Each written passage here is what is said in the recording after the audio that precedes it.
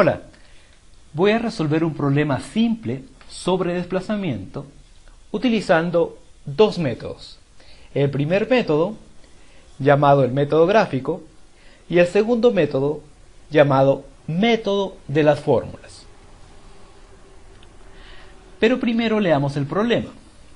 En este caso tenemos un helicóptero que está recorriendo una ciudad y realiza el siguiente recorrido: 5 kilómetros con 53 grados en dirección sur-oeste. Me piden calcular el desplazamiento, pero además ya me dicen cuáles son los ejes. Me dicen que el este es el eje X positivo y el norte es el eje Y positivo también.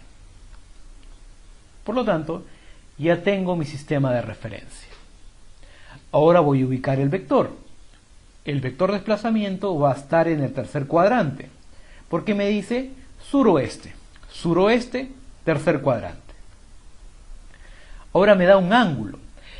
Con respecto al ángulo tengo que tener mucho cuidado. Acá me dice en dirección sur-oeste.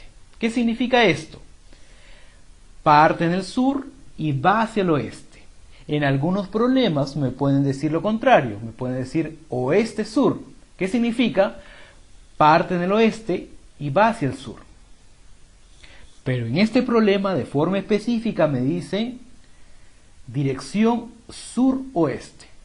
Por lo tanto, el vector de 53 grados parte en el sur y va en dirección oeste. Muy bien. Ahora, tengo que descomponer este vector.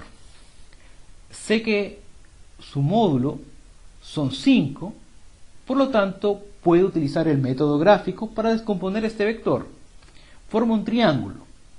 Este triángulo está compuesto por coseno y seno. ¿Cómo lo reconozco? El coseno es adyacente al ángulo y el seno es opuesto al ángulo.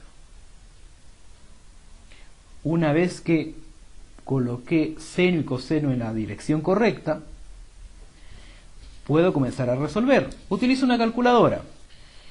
En el eje X, reemplazo 5 seno de 53, me va a dar 4. En el eje Y, 5 coseno de 53, me va a dar 3. Pero ahora, ¿de dónde salieron estos signos negativos? Como yo estoy utilizando el método gráfico, tengo que utilizar la figura para saber el signo. Veamos. En el eje Y, este vector está en dirección contraria. Por eso aparece el signo negativo. Y en el eje X está ocurriendo lo mismo. Va en dirección contraria al eje X positivo. Por lo tanto, también tiene un signo negativo. Entonces, el método gráfico tiene la desventaja que tú primero encuentras el valor numérico y después agregas los signos. Ahora, la segunda posibilidad es saber el ángulo desde el vector hasta el eje X positivo. Sabiendo ese ángulo, puedo utilizar una fórmula de forma directa. Entonces, 3 cuadrantes suman 270, 90 por cada cuadrante.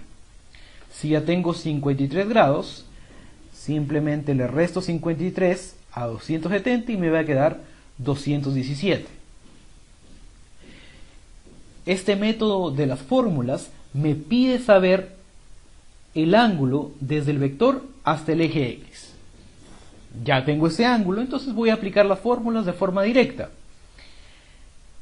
El vector tiene un módulo de 5. Módulo de 5. En el eje X, en las fórmulas, siempre es coseno. En el eje Y, tenemos 5 multiplicado por seno. Nuevamente, en este método de las fórmulas, siempre el seno es en el eje Y.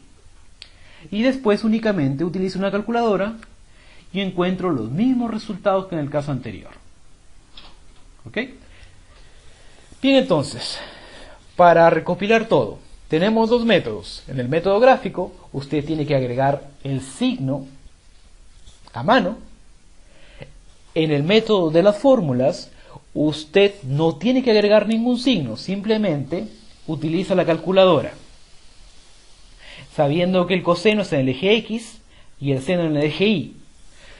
Pero la desventaja de este método es que yo tengo que saber el ángulo desde el vector hasta el eje X positivo.